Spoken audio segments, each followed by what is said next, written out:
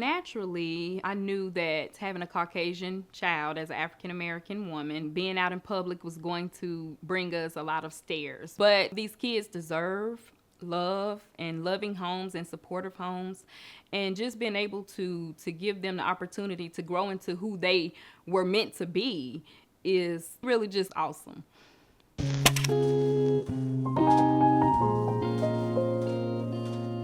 My name is Keia. I'm a wife and a mother of 4. Everyone deserves to feel beautiful. And if you want to wear makeup to make you feel beautiful, I feel like you should be able to just have the pick of the litter. Sephora is great in what they're doing to make women of color feel included, because we have not. The work that Sephora is doing to change that is very important, because we want to feel represented. We want to feel beautiful. We want to be topic of conversation as well, and we want to be heard. You know, in college, I was thinking I was gonna graduate and go out into the world and be this missionary. And then I got pregnant.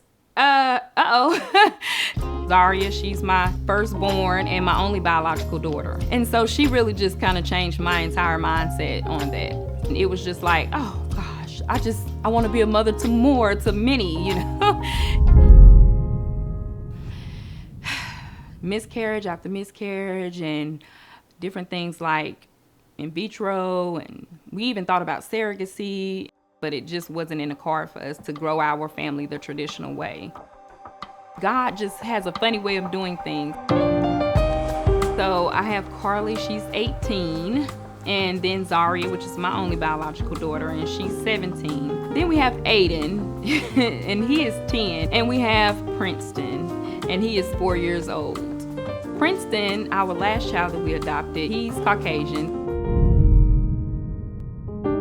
We've been accused of kidnapping him. I've been held up in places and the police have been called on us. And it's just been like a roller coaster of different things that has transpired because of our skin color.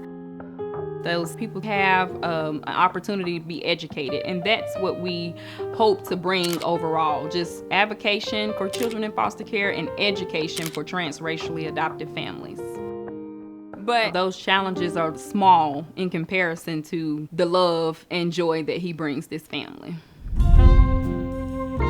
Being the mother of a transracially adopted family, it is so important for people to understand that we don't have to look alike to love alike. And it doesn't matter about blood, it just matters about who loves you and who you love.